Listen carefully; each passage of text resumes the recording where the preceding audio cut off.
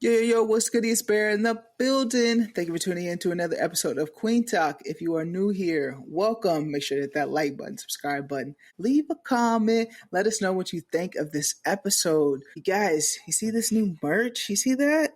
Got the new hats in? Yes, you guys make sure to check that out at queentalk.com. Check out all the great episodes on queentalk.com as well. You guys, got a special guest today. We got someone out of the Midwest. We got Nevaeh, who is someone you do not want to argue with, who is I seen the forensic.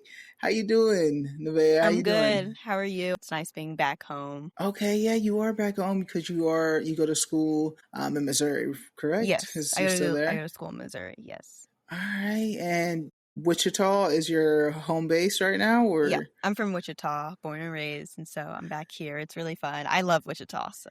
Okay, I seen on the TikTok you said which you thought Wichita, Kansas was better than Missouri at the beginning. When you first got to school, how are you feeling about like that now, and now that you've been there for a little bit? Yeah, I mean, I've definitely, where I go to school, it's not like a big city at all. I think it's like, I don't even know if it passes 20,000 people, but it's really small. And so it's just a small liberal arts school. Wichita, at least for me, I think traveling other places and even just going outside of Wichita into other parts of Kansas, I saw that Wichita is like really uniquely diverse compared to the rest of like the demographics within Kansas, excluding Kansas City. But even then, like since it's split, it's a little weird. But for me, it was like I grew up in such a diverse environment. I feel like for where I am located in the Midwest, going to Truman, it's like any type of experience of being the only person in the room that was like amplified, and it was like all the time. But I still love it. Like I just went to St. Louis the other day. I loved it there. It was a little different being in somewhere so small and like living there full time. But I am liking it. I'm really liking my school. I'm really liking Missouri. I feel like there's good parts to everywhere, and I'm never a big hater of the Midwest. Like I like Wichita, and so it wasn't hard for me to like somewhere like Kirksville. Yeah, no, you brought up a point though of like Wichita being like the most diverse place in Kansas, which Wichita is the biggest city in Kansas. So, which is crazy to tell people. Right, it is, because when they think of Kansas, they think first Kansas City, but Right. That is, like you said, only a fraction of it. So like when you think of that in that sense of like being in the Midwest, Wichita, we are in a diverse place. Like it's all about perspective, because I don't think like that's not what I think. I'm thinking we're very segregated here. We are diverse, but you really don't see that unless you intentionally go to different pockets of the town. So you definitely have to be intentional when you want to get diversity here in Wichita. Yeah. But you're right. Like as of Kansas, though, we are pretty diverse. Yeah. So, and then being in Missouri, you said now you feel like you are the only person in the room at times. How has that been? How has that shift been for you, and like how have you navigated that? It hasn't been like too hard. It's just more on a regular basis, because like even doing speech and debate or like other things like here in Wichita, I ran into those situations. I mean, the more you branch out, I think you're going to find yourself in situations like that. But I guess that being on a more regular basis, it is kind of crazy. It's like, yeah, there are no other Black people in my classroom. Sometimes there's no other people of color. And so it can be a little jarring, but it's not bad. We have our own communities, and I find that Kirksville and even Truman, like it is really diverse. And I think part of it's a really affordable school. It has really good resources, and they're really big on supporting these groups that are a bit more isolated and are like a minority on campus, and there's just a lot of support. So even though like, I don't know, there's always going to be feelings around being the only one in the room, but it hasn't been like that bad, because I have been in situations where it's been like, ooh, I really don't like it here. Like, yeah. No, it is like navigating in a lot of spaces, not just like where you are right now, but at times being a person of color, you are the only one in a space. But it's good to have that space. Like if it is going to be that way, it's good to be in your case to where it's like, okay, this isn't a bad place to be if you are. Right. And I can actually say for the most part, that's how it was for me too, growing up, because I grew up in El Dorado. So it's just a few miles away, but Right. it's very much not diverse as Wichita Yeah. is. So it was like I felt safe in the groups that I put myself in, Right. being the only person of color. But there are some spaces where you go and it's just like, yeah, Yeah. I won't do that again. Right. Right. With speech and debate, did you, so that's been, I assume, did you go to East High? I went to Wichita Northwest. Okay, Northwest. Yeah. And have you always been involved in forensics and stuff like that, like in high school and stuff like that too? Yeah, like freshman year, I kind of just signed up. I was like, oh, at that time, I was really big, like kind of getting started into politics. I was, the backhanded comment you give to like argumentative kids. It's like, oh, you should be a lawyer. Like I was always that kid. I always got that Okay. comment. And so it's like, yeah, sign up for debate. Maybe that'll make you more agreeable at home. And so I jumped into it. In Kansas, it's specifically a lot different. Kansas, I believe it's the only state where the entire first semester, it's policy debate. And then second semester, it's what we would consider forensics, speech, acting, and other debate events. And so Kansas, particularly like you go up to like the nicer areas of Kansas City, they're really good at debate. KU has a really good debate team. It's like up there, very high level, high skilled programs, a lot of money in those programs, but like they're crazy good. They will be like top 2 on the national stage. And so I loved policy debate. That's what really got me into it. The debate side was like, it's so much more information, it's so much more knowledge. It's like you have to learn not only the very technical side of debate, but just learn about like how laws are being made, like certain information you wouldn't know. Like I didn't know anything about fracking, but one of the topics my freshman year was federal protection for water resources, which fracking has a lot to do. And so all of this kind of knowledge I gained, it was so cool for me to learn. And it's kind of what pushed me to keep going. And so then I did it all 4 years. I went to nationals. That was really fun. I loved that. And then going to Truman, that was honestly like a last minute thing, but you always see them. They're one of the schools that come to like nationals and they'll judge and they'll table trying to recruit people. And they're a really good program for honestly around the country, but also for it being like a smaller school. But yeah, and now that I'm there, like my love for debate has been like so invigorated because coming from like a public school, like it's okay. Like we did okay and we did what we could, but there's like a certain level you can get to before you plateau and you have to start like investing outside resources into it. But being on a team where like all this support and like funds are automatically allocated for you, where like they already expect you to reach this level, and so there's going to be that support and that backing for you to get there. It's like been so cool and it's been so amazing, and again, it's just like made me love debate even more than I did in high school, because I was really sad about leaving it because I was like, oh, I felt like I could have been a lot better, but now like I can actually like get to that level I've always wanted to get to. Did you connect with Truman because you seen them at one of your debates, or how did you pursue that? I applied to Truman like early March, right after most major decisions came out. I had applied to some dream schools. I got waitlisted, and college is expensive. I wasn't getting Right. great stuff from FAFSA, and so I was just like, dang, I didn't really want to stay home. I really wanted to go out of state. For a while, I was gonna like wrestle in Iowa, but the school, like academically, it really didn't fit. So I was just kind of throwing whatever at the wall that sticks. My friend she's what's called a Pershing Scholar. It's their full ride program. And she was thinking about going there, or she does go there now.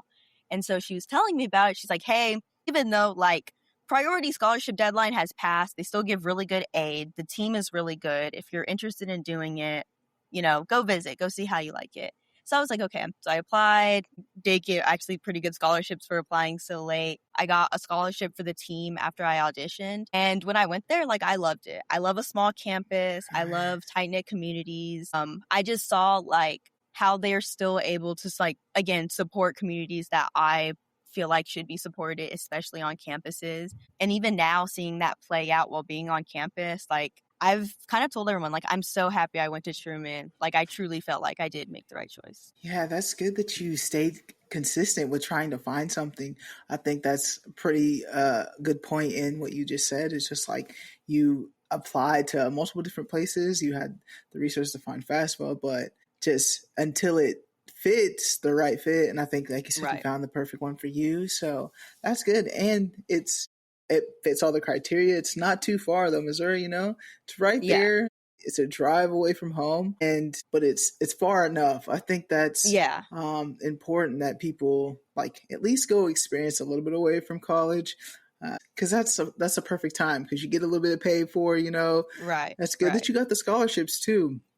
That I'm sure that helped out a lot. Yes. That was like a big motivator, but it was kind of nice. Like, still, I got this experience for about the same price I would be paying if I had stayed home. And that was like so worth it to me because I was like, okay, well, I would be paying for college anyway. But if I can go and get everything I wanted out of this college experience, I want to experience that. I want to go out of state. I want to meet new people, all that stuff. And so I'm happy about it. Did you know that it was obtainable for you to be able to even do debate after high school, or did you just think, oh, this was this? I knew of it. When it comes to like debate programs, there's a lot of like different ones and different types, especially in college level. And I wasn't like a national champion. So if you go to like Western Kentucky University, that's a big debate school.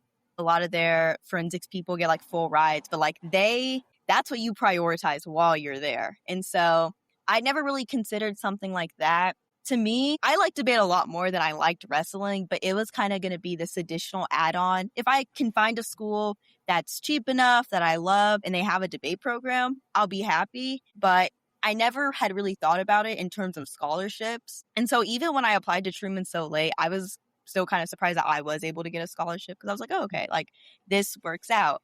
Not only am I like getting paid to do this, but I love to do this and I'm loving the team. And so it wasn't really a reality until like I actually was starting to pick my college. It was just like that'd be cool if it was there for me. Yeah, and now it's it. Now it's there. Yeah. It is obtainable. It is Right. possible. Even if you're a procrastinator, or even if it is like last minute. So that's good Right. to Right. know. If you are looking into colleges and stuff like that, Right. that itself can just be like so overwhelming. Like with all of the options, trying to narrow it down, applying, filling out the applications. Yeah. It is a lot. So I encourage people to like do it through your high school too. Like there's a lot of high school counselors and support staff that'll help get you through all of that. Yeah.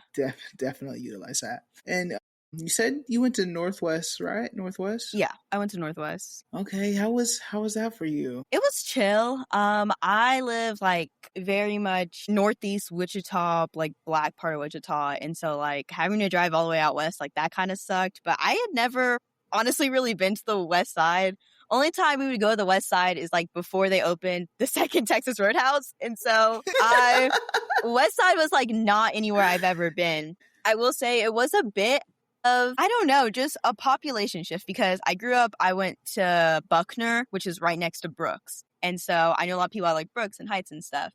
And then I went to Robinson, which is like central East Wichita. And that was like, okay, still multicultural in a sense, but obviously it's going to be less black. It's going to be like a little less. And then, I go all the way west. And that was Northwest isn't bad on diversity. It's just not the most diverse school, but Wichita in itself is a bit segregated. And so it's kind of like, you'll get a little bit of everything, but it's not like, obviously white people are going to be the most dominant group, but it's still not like ultra one group. Why did you choose Northwest to go to? I mean, I have my assumptions, but why did you choose Northwest? They had a program called like Early College Academy. And at the time, because it's changed a bit since I've graduated, but at the time they basically paid for your dual enrollment classes. And so I took a bunch of classes at Friends like every single summer and then throughout my semesters. And so like by my senior year, I was at school for like 2 hours and like the rest of my day was like spent at Friends. And so it's actually helped me a lot in the long run. I came in with a lot of credits. I'm supposed to graduate a lot early, which works out great for my scholarship and stuff. But yeah, it was just basically getting all these college credits. So I have them and I go into college with them. And they do bus, since it is open citywide, they will bus you out there. So when I didn't have a car, I did have a bus that took me to my extra classes at Friends and then brought me home. But yeah, it was just kind of like, okay, I really didn't want to do IB. A lot of my friends were going to East. And then since I had gone to Robinson, it was like, okay, I could go to East or I could go to my base school because I would have to get a transfer to East. And I didn't really want to go to Heights just because I didn't know anyone. And so I was like, okay, let me just check, let me try out this school. And then I ended up like liking it just for like the extracurriculars I was involved with. And again, doing a bunch of like college classes, like it saved me a lot of money right now. So I'm kind of happy I did it. I like that about Wichita schools. Like I don't know if that was like a resource that I just didn't know about when I was in school, but like I noticed like in Wichita schools there are programs that do that, like have the college courses. Even like South specifically does mechanic. So like if you want to be like a mechanic, you go to South. Like if you want to be like a RN or with WSU Tech, West High does that. I think that's so nice for each school to like have specific things like that to like have. I think pathways is what it's they're called in different schools to help. I think that's really nice to do that. Yeah, it is really cool. When you feel like in the Midwest growing up here in Wichita, how do you feel like that differs from Missouri? Besides being like the only one in the room sometimes. I don't know. I mean, I feel like a lot of people I know from Missouri, they're either from Kansas City or they're from St. Louis. I mean, I know a few people from like smaller towns, but at least the ones that grew up in a bigger city, it's kind of, I don't know, like in some aspects, I guess it also depends on their neighborhood. Like there's a lot more diversity. And I think it can just be different growing up in a big city. But I feel like with my opinion on Wichita, I don't think there's a whole lot I really didn't miss out on because I do think Wichita is big enough, honestly. And so I feel like I never really got the small town experience except on some aspects. But I honestly don't know a whole lot of people about like how growing up in Missouri was different. This is your first semester though at school, right? Like, so this is your first semester. That needs to be said. Like, this is your first semester away. So this is like just the ending. So you just got like a little taste of something. I think have you traveled often? Wait. I want to like pull back because we're still talking about school right now. And I see your necklace. I have to mention the Delta. Yeah. Yes, I just crossed. You just crossed. Congratulations. Yes, fall 25, yes. That's awesome. So Truman has the D9 in there. Yeah, we have a few D9 chapters and like I don't know, it's kind of nice. I would say that's another thing. I can say that now that it did attract me to Truman. I was interested in it. So knowing that they had an active chapter, I was like, okay, I'm getting everything I want here. Hey, I know that's right. My partner is a Delta. Okay. Yeah, so that's cool. Like, I'm not one, but being a partner of one, I feel like I'm close to it all the times. How has that been for you? I've enjoyed it. I just crossed maybe right before break, and so I haven't been officially one for long, but so far, like, it's been amazing. I was already initially attracted to the organization. It was something I wanted to be a part of, but just going through the process, becoming an actual Delta, like, it's taught me a lot. I love my line sisters. I love my chapter. I see how important it is right now to have things like that. And I'm really excited to like actually start, working on, we have like a few projects and stuff we want to work on. And like, I'm really happy to start getting more involved with it. Yeah, that makes sense. Now you are like finding that community within your school. Like, you might be the only one in your classrooms, but you got people there in the community being built. So that's pretty cool. Yeah. Congratulations again. Thank you. Thank you. You said you've always thought about crossing and being a part of a fraternity. Yeah, like when I kind of like started thinking about college a lot more, I don't really know a whole lot of people who are D9 like here or anything. And so I didn't really know a whole lot of people personally, but I did really like the history behind it and like what they've been involved with and just like learning about it from like the outsider perspective. And I said if I did join Greek life, like I didn't really have any interest in rushing or doing that experience. But I said if I did do Greek life, I know I would want to do D9, and I know specifically I would want to do Delta. And so that was like the only one I was like really ever considering. And so yeah, finding out Truman had a chapter, that was like, okay, well, perfect. Yeah, checked off all the boxes. Right, All right. the boxes. That's nice. Yeah, congratulations again. Thank you. And we didn't I'm like I always like rush through the video sometimes and don't give like Yeah. the proper introduction of just like your identity and how you Yeah, identify in the community. So if like you're a lesbian, is that how you identify in the community? Yeah, I identify as a lesbian. Have you expressed this like for a while now? Like, is this something new or? So it's more of like, honestly, I've only identified as a lesbian for about a year now. For the longest time, I just kind of considered myself bisexual. And then I went through like this whole steps of realization, and I had to unpack a lot because I don't know, it was like a bunch of realizations dawning on me that like it was an actual option. I just like never really considered it. And so once I was like, no, like I am a lesbian. I really only like women. That's how I identify. It was kind of like, I don't know. I just feel a lot freer identifying with it. And it's really like, I feel like it's really shaped a lot of my like politics too, like just being one. How has that like been being a queer person of color and debating these topics with mostly, I assume, aren't people of color or queer? Like, because you said it shapes like how you, I'm sure how you debate as well, like, and how Right. you look at that. Well, within the debate space, I will say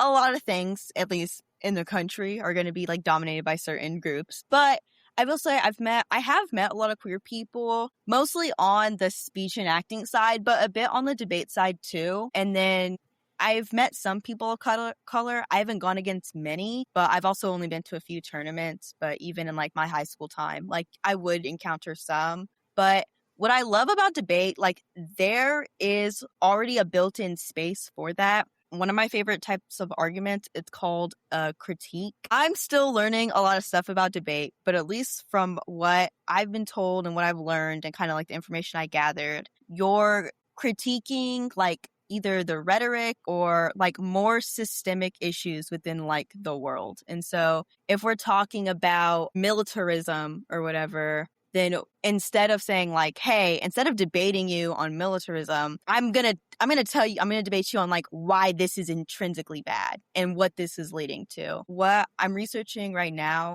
is Afro-pessimism. That's a huge argument in the debate scene. And what is that?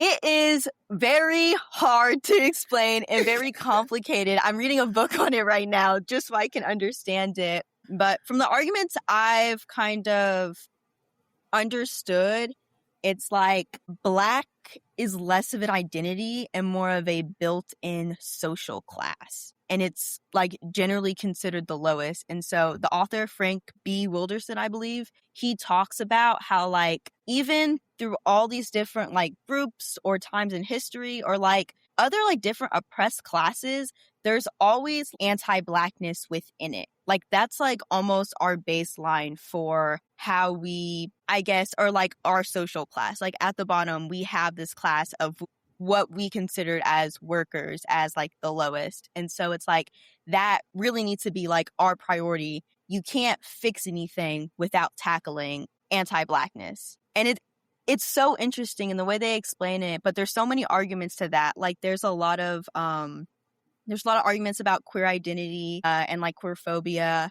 There's a lot of arguments on like misogyny and like how that affects people. One of the arguments our team has kind of written up based on like some evidence is that since the overall debate topic this year is on the Arctic and Antarctic, there's a lot of damning stats about how Antarctica researchers, the women there, face high levels of sexual violence. And it's like 40%. And like it's so underreported. So it's like it's called like a disadvantage. It's like you can't really claim to say what you're doing is good when we can show you that right here. If you like say, hey, let's go do more research in the Antarctic, you're going to contribute to an increasing number of sexual violence. And so what I love in debate is that like you can make arguments like that. There is a space and they're considered valid. They're considered like just as important. I can say, hey, sexual violence is just as important as nuclear deterrence. I can say, hey, continuing like indigenous genocide within the United States, even if the number is not as much, it's just as important as nuclear war and nuclear deterrence. Like these arguments are generally considered like on an equal level, even if like in the outside world, we don't really see that. Like they're taken as like a value, which I love. Yeah, so I've never been to an actual debate. I'm Right. seeing the politics on TV when you see the Right. debate, but I feel like that's a complete different setup than what an actual debate Well, yeah. is that you actually do, you and your team. So you said the topics right now. So by a yearly, you just go on this one topic and you know you're going to go about Antarctica, and you said something else. Yeah, so we do what's called Lincoln Douglas. It's like a one-on-one version of policy debate. And the topic right now is like the United States federal government should substantially increase military presence or scientific exploration in the Arctic or Antarctic. And so you can choose basically kind of like 4 different pathways: Arctic, Antarctic, military expansion, or scientific exploration. And so that's like the yearly topic from start of the school year to nationals. There's different types of debate. There's public forum, which is like a monthly, I think, or a bi-monthly topic change. And that's more casual. There's IPDA, which is like a limited prep debate where you get a topic, you choose a side, and you like quickly come up with arguments, you research a bit, and you debate then. And that's only like 30 minutes of prep time. And so there's a lot of different styles of debate. I prefer policy debate. It's more structured. I feel like it's more grounded in truth. You have to present evidence, read evidence, analyze evidence. Other forms of debate, it's a lot of paraphrasing. And so that's okay. But I just prefer the more evidence-based. I like how longer the speeches are. I just prefer that type of debate. But that's the type of debate I do. Did anyone inspire you to? You said people said, "Oh, you should be in debate." Was there anyone that inspired you to be in this? I don't really know. Like it wasn't. It was kind of like I really got into politics, and I felt like that was something that could introduce.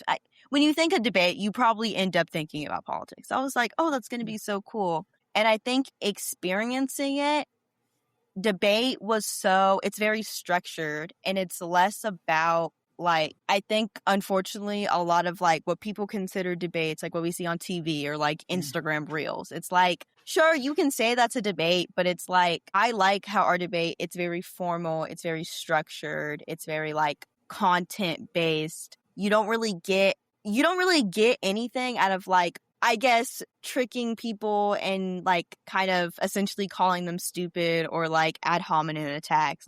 The best way you can prove your point and I guess appear the smartest in the room is literally presenting good evidence, explaining your evidence, and applying it to the argument. So just on a baseline, it just felt a lot better. But back to the actual question, I don't know if I had a specific inspiration. I really wanted to gain more knowledge, and I wanted to and seeing how I analyze arguments and I take on personal level arguments with debate, it does change the way you think about things. And so I didn't have a specific inspiration, but I just I really wanted to learn about this. I really wanted to be good at this. Yeah, there's no way that I would even try to argue with you.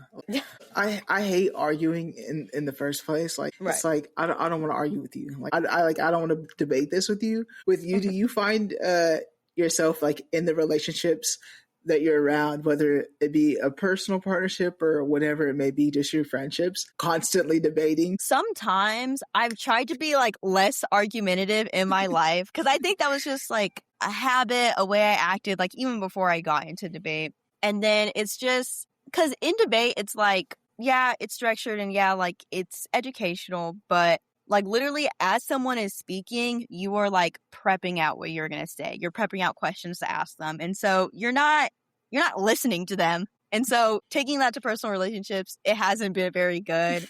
So I've been trying to work on like, listening to people more, thinking like my things through. I don't have a limited time. I don't have to necessarily like win an argument, win a discussion. It's okay for me to just take a step back. But I've always been kind of an argumentative person. Or like when, I don't know.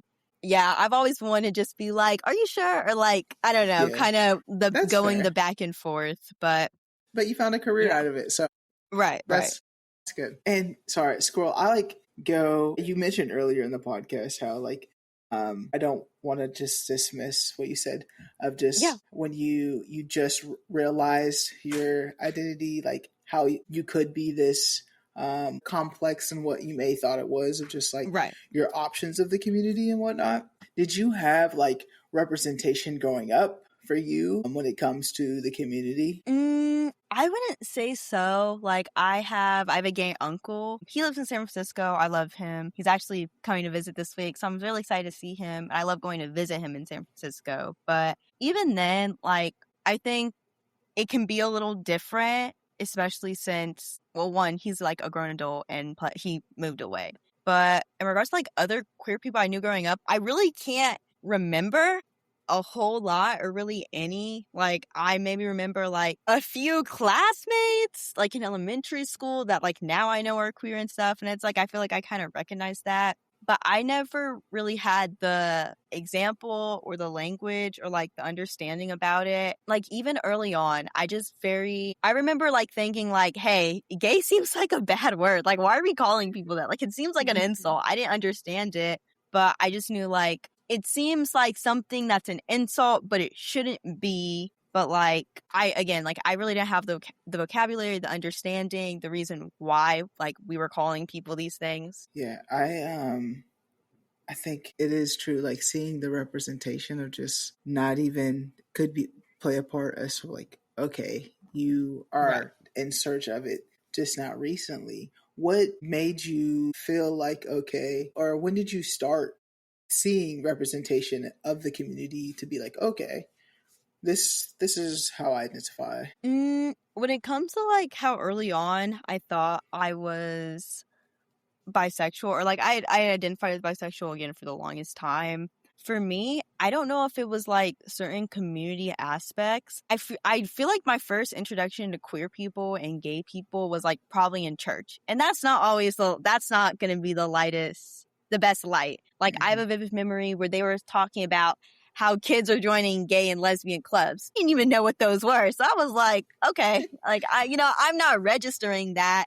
But I don't know if subconsciously I just started remembering it, but I was like, yeah, that's interesting. That was my first introduction. And then I would say like fourth grade, I kind of started to like continue to unpacking that. And then obviously, I think like once I got to middle school or maybe in like media and stuff, I kind of started, you kind of start to just become more aware. And then I kind of just like, okay, like I know I like girls too, probably. And I kind of just based it from there. But again, I really feel like, or at least it's hard for me to pinpoint a certain representation. Cause even like all of elementary school, I watched Ellen after school every single day.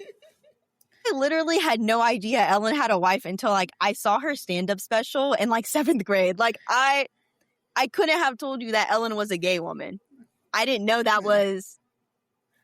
I didn't know like her little button up and cardigan. I didn't know that meant she was gay. Like I wasn't thinking about that. Yeah, I mean, she didn't like express that like all the time either. I'm thinking about it now too. I'm like, she didn't have rainbows in one episode, which is completely fine. I think but she did express it. Like it was a big thing when she did. But that's interesting. Like you're watching Ellen and without even knowing that. And I'm just like, okay, period. Justin Bieber's back on. Like, great. That's awesome. That's good. Did you feel comfortable in your home to do so? Like express yourself, or how was that for you? I would say it was a little rough, especially starting to, I guess, wanting to express myself a little more masculinely. Like I remember I was like 9 years old and I really wanted to wear like a bow tie. And I remember like it was hard because it's like my stepmom had like bought me a pack. and I had like my single button-up shirt. But I remember I was like, I never really wore them.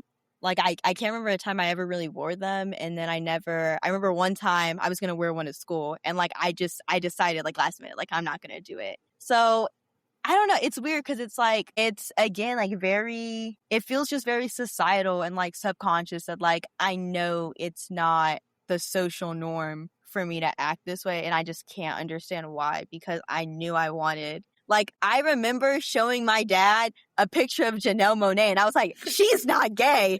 She's not gay. Like, come on. I can dress this way. And it's kind of funny because it's like, well, you shouldn't have Joke's to on you. justify. Yeah, joke's on me. Joke's on me. But it's like, I really shouldn't have had to justify that. But it's also like, I don't know, it does kind of suck because I was like trying to find something to grab on when it's like, I don't know. I just like, that's just how I wanted to dress. Yeah. Do you feel like you're able to do that now, like, and your family's okay with like how you express yourself now? Have they do, or you still like hide? I mean, now it's kind of like this thing where like, well, obviously I'm in college and I like I self-identify as a stud, and I've gone into a lot of like conversations with like different people about that. But it's like, I feel most comfortable this way. Like, I really, at this point in my life, I really don't, I don't know. I want to be comfortable in my clothes. I want to be comfortable in who I am. And so it's just like, I just kind of like, yeah, I just kind of present how I want to be. And then obviously, like, as I started getting older, I like kept this sense of style, but it was more like slowly getting there. And I think it also kind of helped that as trends in fashion changed, I think like, I don't know. I think in some ways it just became also a little more accessible because it was like, yeah, now, I don't know. Now it's not weird for me to get a button-up shirt because like Forever 21 is selling a bunch. So it's like, okay, like, see, all the girls are wearing this. So it's not super like different. I always hate like the boys and girls clothes when it comes to Yeah. clothes, especially because it's like, come on. I wear this stuff because it's comfortable. It's how I express the Right. creativity or whatever it may be, and how I dress. It's so frustrating, I think, especially like when the babies are coming, and then like if you put the baby in a pink outfit, it's like, oh, it must be a girl, but no, it could be a boy. So Right. people are just like programmed into thinking like, Yeah. and when it comes to your family, like you said, you're in college now, you express yourself freely. When it came to Delta specifically, how did you feel about your identity and joining that chapter? Yeah, I kind of asked them straight up. I was like, hey, obviously, what's kind of the acceptance around that stuff? And like one of my advisors, like, she's queer. She's more feminine, but she's queer. And they were like, yeah, like, we accept everyone and we're never gonna like turn you down for something. Like, certain times I have to wear a dress. I'm fine with that. I'm not gonna trip about that. Sure, okay. But it's never like, we're only taking girly girls. We're only yeah. I mean, that's what like they kind of told me. So I was like, okay, I still feel, because I don't know, throughout the entire process, like, I'm still myself. I still present in ways I want to present, and I have not ran into an issue with that. Good. I love to hear that. Yeah, I knew like the dresses, because I know like there's full on studs that I see like on TikTok Yeah. that are deltas and stuff. So it's like that have been in it for a while that didn't just Right. cross. So Right. I'm like, it is possible, because I was always like worried about that too, just of like, okay, but like you said, you still do have to get in the dresses. You do have to do it to a point, but that's good that they're accepting of you, and Yeah. that is very important. When it comes to your identity, you said, I seen like in the TikToks of your stuff, it was like you're a femme, and they said they wanted to date studs. Now you're a stud, and now they said they want to date femmes. So this is it safe to say like you're still trying to like find your identity and like where you are, like, and where you are at right now in your journey? I would say, I think, like, at least for me, and maybe like for a while, and honestly, I would say like even for a lot of people, I think I'm in a constant state of like evolving and understanding myself and seeing how I identify.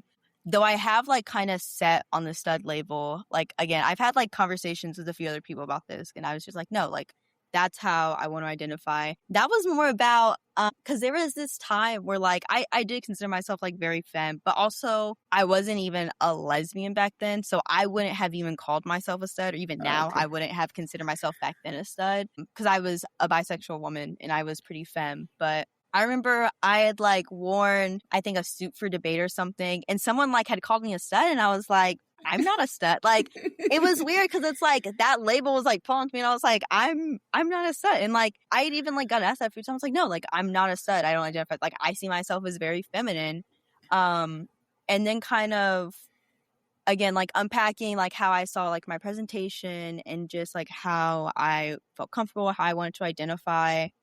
There is, I feel like I don't know. I feel very like one and two in my femininity, but I still very much feel like I do identify as a stud, even if I'm not adopting what I get very frustrated by this, but I feel like the standard for a stud is to adopt like very traditional Black masculinity. And it's like, even though I don't present as that, I still very much identify that label for like historical context, political, and the fact that I consider myself a Black masculine lesbian, which to me, like, that's what. Yeah.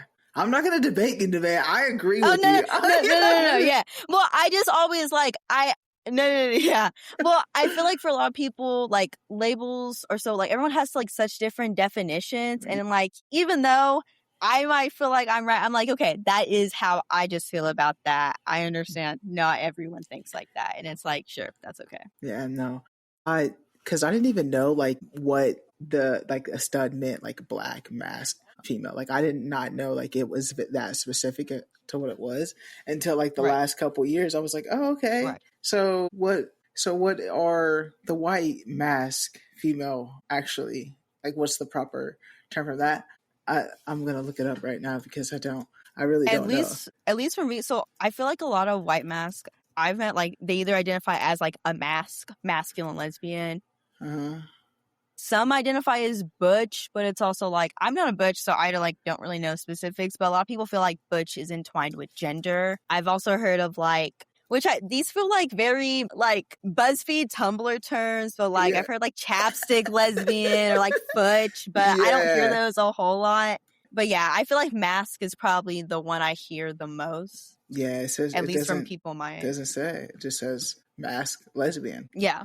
And like Hmm. it's usually they like shorten it to mask, and it's like, yeah, like I'm a mask, and it's like, okay. Yeah, learn something new. But yeah, I was like, I never even thought to like, okay, what does the opposite mean? But no, yeah, by definition, you are a stud. I also like never really.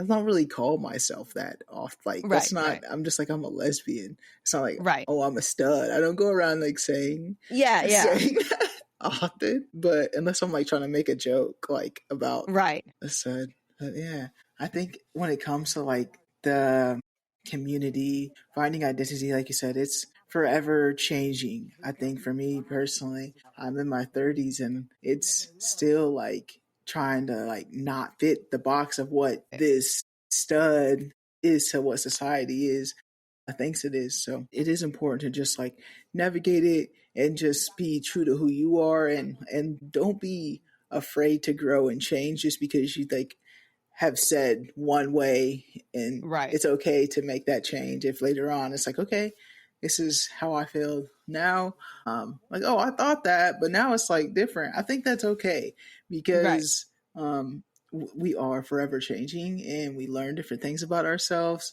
and that's okay to do. right. Yeah. Is there something in your story that we that you like man I wanted to share that but maybe we just didn't touch on that today? I'm trying to like think. I don't know. I feel like we covered a good bit, or like the biggest parts of me, like even towards the end, like the whole stud thing, because that was even. I feel like that's more the. I guess not even. Well, no, it is a pretty recent part of my story, like how I identify how that term connects to me. And with like speech and debate, I've been like researching a lot on like the history and stuff like that, and so it's really interesting, and I think that's why I tend to get like so passionate about it, and so like every time I hear something, I'm like, I don't know if that's right, but yeah, I don't know. I don't know if there's anything like specifically I can think of. I feel like, It's all um, good then. That means I do my job all right, yeah, checking all the points. Yeah, I think that is a good point of just like, because as you mentioned, I'm sure you're getting pushback on people saying what they think a stud is. Yeah, And yeah, being true to who you yourself, and like you are a stud, like yeah, that is by yeah. definition. Like, even most recently, I was on a date with a white woman, and she's like, yeah, like, I don't know, like, I don't think, like, you're a stud, like, you're kind of like a soft mask. And I was like, that's weird. Like, one, that's weird that you're not the arbiter of what a stud is. And then two, it's like, what you think of as a stud, like, if me, what I consider like a black masculine lesbian is not a stud, are you considering the white masculine lesbians who, I feel like, my opinion, they bastardize black masculinity and call themselves studs? You're considering them a stud, but me, a person who is black, I'm not. Like, I feel so, I tend to get a little upset about that, because it's like, also, it's like, it's almost like, I feel like the interpretation, there's a lot connected to like the caricatures of like black men, or like how we see them, and there's a lot of negative connotations with them. I feel like there's a lot of, well, like, yeah, again, there's always going to be a lot of like misogyny, especially misogyny towards black women when talking about studs and how they're defined. But I feel like it's also like, in another like sense, I feel like sometimes it's connected to a sort of minstrelsy. I don't have to put on this super hyper masculine almost show for you to consider me as a masculine person, because at the end of the day, like, let's take someone like Ellen. I would consider like Ellen, she's not super feminine, but I would consider like someone like she's a pretty, like, she's a masculine lesbian. Like, she has her hair a little short, she has her like little wife, she wears her suits and whatever. But we're not calling her this, and that. And that's because, like, sure, she doesn't identify as a stud, but she doesn't, we would never feel the need to assign her any of those labels. But I feel like when I come up and I'm like, yeah, I feel like I'm a stud, I feel like I feel like I'm more masculine, and I think that's okay. And I don't feel the need to, like, I don't know. I don't need it like locks in a lineup all the time for me to, like, for that to be perceived. I don't need to fit a certain caricature for that. And I feel like a lot of people, you do. And I think a lot of white masks play into that caricature, so almost they can reclaim the term, which again, I feel is a little weird to me. I agree. You can tell, like, when you can just tell, especially growing up here in the Midwest, and you're like, dude, you try, like, don't try that hard. Like, it, right. Especially, you know, like what their upbringing is. Like, bro, you are the most country bunking person. Like, dude, stop. I agree with you. And like I said, I think that's a good point too. But also, if you are, I'm going to give you a little tip. If you're dating white women like that, you're going to have a lot of different conversations, whether it be that one or other conversations. Right. That was that kind of did. I don't think I will be pursuing that, but I was just kind of like, okay, I don't. Yeah, but having conversations like with a partner, you have these conversations, black white conversations within in your home. So it's something to think about though. Like, when you get into a relationship, of having these tough conversations with someone that's white would look a lot different if you were with someone of color. Right. And it's completely different. It is. And it also just depends on the person too, because there are white people that do understand. They really do get it. But then there's some that they do not. Yeah, there's some who don't. They do not. So just being mindful of that. Who you out here dating? Obviously, you're out here. I would say it's definitely, it is kind of hard. Like, in Kirksville, it's kind of like, dating there is a little difficult. And then, you know, you kind of, if you're willing to make the drive, you know, maybe you can go to Kansas City or St. Louis. But then it's just like, I think, I don't know, a lot of people seem to, and in a way it is a little bit difficult to date, like, as someone who is queer or lesbian or who likes women. But I think part of it, it's like, there's so much, I don't know, there's so many like different things you have to, I feel like, for me to go over, that it really does like limit your options. It's like, you're in college, you encounter a lot of closeted people. Right now, where I am in my life, I'm not interested in dating someone who's closeted. You encounter people who are still pursuing you and they're not voting in your best interest. Okay, I don't know. I don't know what you're doing in my DMs then. Yeah. And so it is, there's just so much it's almost like a vetting process. And it's like my options are within It a is. 15-mile range. There's 3 people and it's It is. I will say there's an organization in Kansas City because you are near there. It's called Where to Find Us. Where to They find it. Okay. have just did it for 1 year. They just had their 1 year anniversary, and it's where they go and they have you seen those like single pitches? So they go pitch a friend. So they do that to where it's like you can come pitch your friend, a whole PowerPoint presentation, whatnot. 2 Black women that run it. And naturally, the crowd is just, it's very diverse within the crowd. Okay. So you'll definitely have to check them out. Oh my gosh. Yes, I will. That sounds fun. I will.